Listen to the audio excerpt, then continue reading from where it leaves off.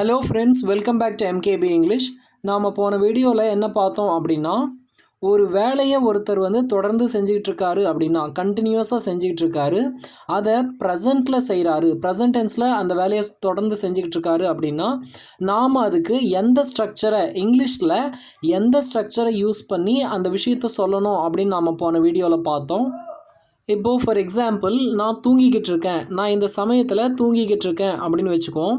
இதை எப்படி இங்கிலீஷில் சொல்லலாம் அப்படின்னா, ஐ ஆம் ஸ்லீப்பிங், ஐ ஆம் ஸ்லீப்பிங். நான் தினமும் தூங்குறேன் அப்படின்ற விஷயத்த சொல்கிறதுக்கு நாம் எப்படி சொல்லுவோம் அப்படின்னா, ஐ ஸ்லீப், ஐ ஸ்லீப் அப்படின்னு சொல்லுவோம். ஆனால் நான் இப்போது ப்ரெசண்ட்டில் இப்போது இந்த சமயத்தில் நான் தூங்கிட்டுருக்கேன் அப்படின்னு சொல்லணுன்னா அதை நாம் ஐ ஆம் ஸ்லீப்பிங் அப்படின்னு சொல்லணும். இப்போ நாம் இந்த வீடியோவில் எதை பற்றி பார்க்க போகிறோம் அப்படின்னா, தூங்கிட்டுருக்கேன் அப்படின்னா ஐ ஆம் ஸ்லீப்பிங் அப்படின்னு சொன்னேன் இல்லையா. இப்போது தூங்கிட்டுருக்கியா அப்படின்னு கேள்வியாக கேட்கணும் அப்படின்னா அதை எப்படி இங்கிலீஷில் சொல்லலாம் அப்படின்னு பார்க்கலாம் ஃப்ரெண்ட்ஸ். நான் போன வீடியோவில் எந்த ப்ரொனவுன்ஸுக்கு எந்த ஹெல்பிங் வேர்பை யூஸ் பண்ணணும் அப்படின்னு சொல்லியிருந்தேன். அதாவது புரிகிற மாதிரி சொல்லணும் அப்படின்னா, யூ வந்தால் ஆர் வரும், ஐ வந்தால் ஆம் வரும். அதாவது யூ அப்படின்ற ப்ரொனவுனுக்கு அடுத்து ஆர் தான் வரும். நாம் ஈஸ் அப்படின்றத யூஸ் பண்ண முடியாது, யூ ஈஸ் அப்படின்னு சொல்ல முடியாது, யூ ஆர் அப்படின்னு தான் சொல்லுவோம். அதே மாதிரி ஐ ஆம், ஐ ஆம், ஐ எம் அப்படின்னு தான் சொல்ல முடியுமே தவிர ஐ ஈஸ் அப்படின்லாம் சொல்ல முடியாது. ஸோ இந்த குறிப்பிட்ட ப்ரொனவுன்ஸ்க்கு அடுத்து என்ன ஹெல்பிங் வேர்ப்ஸ் வரும் அப்படின்னு நாம் போன வீடியோவில் பார்த்தோம். இப்போது கேள்வி கேட்குறதுக்கு இந்த ஹெல்பிங் வேர்ப்ஸ் எப்படி யூஸ்ஃபுல்லாக இருக்குது அப்படின்னு பார்க்கலாம். நான் தூங்கிக்கிட்டு இருக்கேன் அப்படின்றத இங்கிலீஷில் ஐ ஆம் ஸ்லீப்பிங், ஐ ஆம் ஸ்லீப்பிங் அப்படின்னு சொல்லுவோம் இல்லையா. இதை நீ தூங்கிட்டு இருக்கியா அப்படின்னு கேள்வியாக கேட்கணும் அப்படின்னா அதுக்கான ஸ்ட்ரக்சரை எப்படி நாம் ஃப்ரேம் பண்ணலாம் அப்படின்னு பார்க்கலாம் ஃப்ரெண்ட்ஸ். நீ தூங்கிக்கிட்டு இருக்க அப்படின்றத இங்கிலீஷில் எப்படி சொல்லுவோம்? இப்போது யார் ஒரு வேலையை செய்கிறாங்களோ அவங்க முதல்ல வரணும். அப்போது யூ முதல்ல வரும். என்ன வேலை செய்கிறாங்க? தூங்குகிற வேலையை செய்கிறாங்க. அதனால் you are sleeping, you are sleeping அப்படின்னு வரும். நீ தூங்கிக்கிட்டு இருக்க, யூ ஆர் ஸ்லீப்பிங். நீ தூங்கிக்கிட்டு இருக்கியா, இந்த யூக்கு அடுத்து ஆர் இருக்கு இல்லையா, அதை நீங்கள் முன்னாடி கொண்டு வந்துட்டீங்க அப்படின்னா அது கேள்வியாக மாறிடும். Are you sleeping, are you sleeping அப்படின்னு நாம் கேள்வியாக கேட்கலாம். இதோட அர்த்தம் என்னென்னா நீ தூங்கிக்கிட்டு இருக்கியா அப்படின்னு அர்த்தம். இதே மாதிரி தான் மற்றதுக்கும். அவன் தூங்கிக்கிட்டு இருக்கான், he is sleeping, he is sleeping. அவன் தூங்கிக்கிட்டு இருக்கானா, is he sleeping, is he sleeping. Is ஹீக்கு முன்னாடி வந்துடும். They are playing, they are playing அப்படின்னு சொல்லுவோம் இல்லையா. இதை are they playing, are they playing அப்படின்னு கேட்கலாம். இதோட அர்த்தம் அவங்க விளையாடிக்கிட்டு இருக்காங்களா, அவங்க விளையாடிக்கிட்டு இருக்காங்களா அப்படின்னு கேள்வியாக கேட்கணும் அப்படின்னா ஆர் தே பிளேயிங் அப்படின்னு கேட்கலாம். இப்போ நாம் பார்த்தது கேள்வி கேட்கணும் அப்படின்னா அதை எப்படி கேட்கலாம், எந்த ஸ்ட்ரக்சரை யூஸ் பண்ணி கேட்கலாம் அப்படின்னு பார்த்தோம் ஃப்ரெண்ட்ஸ்.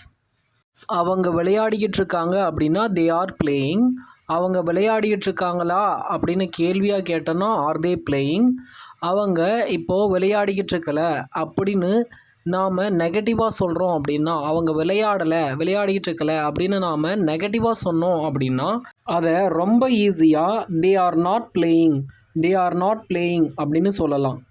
அவன் தூங்கி கொண்டிருக்கிறான் அப்படின்றத ஹீ இஸ் ஸ்லீப்பிங் அப்படின்னு சொல்லுவோம். அவன் தூங்கிக்கிட்டு இருக்கானா அப்படின்றத ஈஸி ஸ்லீப்பிங் அப்படின்னு சொல்லுவோம். அவன் தூங்கி கொண்டிருக்கவில்லை அப்படின்றத நெகட்டிவில் he is not sleeping, he is not sleeping அப்படின்னு சொல்லுவோம். அவ்வளோதான் ஃப்ரெண்ட்ஸ், இந்த ஸ்ட்ரக்சரை நாம் கம்ப்ளீட்டாக முடிச்சிட்டோம். இப்போ நாம் போன வீடியோவில் பார்த்த அந்த ஸ்ட்ரக்சரும் இந்த வீடியோவில் பார்த்த இந்த ஸ்ட்ரக்சரும் எந்த அளவுக்கு நம்மளுக்கு புரிஞ்சிருக்கு அப்படின்றத செக் பண்ணுறதுக்காக ஒரு சின்ன எக்ஸசைஸை பார்த்துடலாம் ஃப்ரெண்ட்ஸ். அவன் தினமும் காலையில் காஃபி குடிப்பான். ஸோ இதை எப்படி இங்கிலீஷில் சொல்லலாம் அப்படின்னா, he drinks coffee every morning, he drinks coffee every morning அப்படின்னு சொல்லலாம். அவன் இப்போ காஃபி குடிச்சிக்கிட்டு இருக்கான். He is drinking coffee right now, he is drinking coffee right now அப்படின்னு சொல்லலாம். இந்த ரெண்டு சென்டென்சஸ்க்கும் இருக்கிற வித்தியாசத்தை கவனிங்க ஃப்ரெண்ட்ஸ். தினமும் குடிக்கிறதுனால ஹீ ட்ரிங்க்ஸ் அப்படின்னு சொன்னேன். அவன் இப்போது அந்த சமயத்தில் குடிச்சிக்கிட்டு இருக்கிறதுனால he is drinking, he is drinking அப்படின்னு சொன்னேன். சூரியன் கிழக்கில் உதிக்கிறது அப்படின்னு சொல்லுவோம் இல்லையா, இதை இங்கிலீஷில் the sun rises in the east. The sun rises in the east அப்படின்னு சொல்லுவோம். உதிக்கிறத இங்கிலீஷில் ரைஸ் அப்படின்னு சொல்லுவோம். சூரியன் நல்லா ஒளி வீசிக்கிட்டு இருக்கு அப்படின்னு சொல்லுவோம் இல்லையா, இதை இங்கிலீஷில் the sun is shining brightly. The sun is shining brightly அப்படின்னு சொல்லுவோம். இப்போது இது ரெண்டுத்துக்கும் வித்தியாசத்தை கவனிங்க friends. The sun rises in the east அப்படின்னா இது அந்த சமயத்தில் மட்டும் நடக்கிற விஷயம் கிடையாது, தினமுமே நடக்கிற விஷயம், எப்போவுமே நடக்கிற விஷயம். இது மாதிரி தினமுமே நடக்கிற விஷயமா இருந்து எப்போவுமே நடக்கிற விஷயமா இருந்தது அப்படின்னா நாம் கண்டிப்பாக அதுக்கு இந்த ஸ்ட்ரக்சர் தான் யூஸ் பண்ணணும். த சன் ரைசஸ் அப்படின்ற ஸ்ட்ரக்சர் தான் யூஸ் பண்ணணும். அதுவே அந்த சூரியன் நான் பேசிக்கிட்டு இருக்கிற அந்த சமயத்தில் அந்த நொடியில் பிரகாசமாக ஒளி வீசுகிறத நான் உணர்ந்தேன் அப்படின்னா அப்போ நான் த சன் இஸ் ஷைனிங் பிரைட்லி அப்படின்னு சொல்லணும். அவ்வளோதான் ஃப்ரெண்ட்ஸ். இந்த ஸ்ட்ரக்சர் உங்களுக்கு ரொம்பவும் யூஸ்ஃபுல்லாக இருக்கும். டெய்லி லைஃப்பில் யூஸ் பண்ணுங்கள். இது அதிகமாக பயன்படுத்துகிற ஸ்ட்ரக்சர்ஸ் இந்த 2 ஸ்ட்ரக்சர்ஸுமே. ஸோ நீங்கள் டெய்லி லைஃப்பில் யூஸ் பண்ணுங்கள்.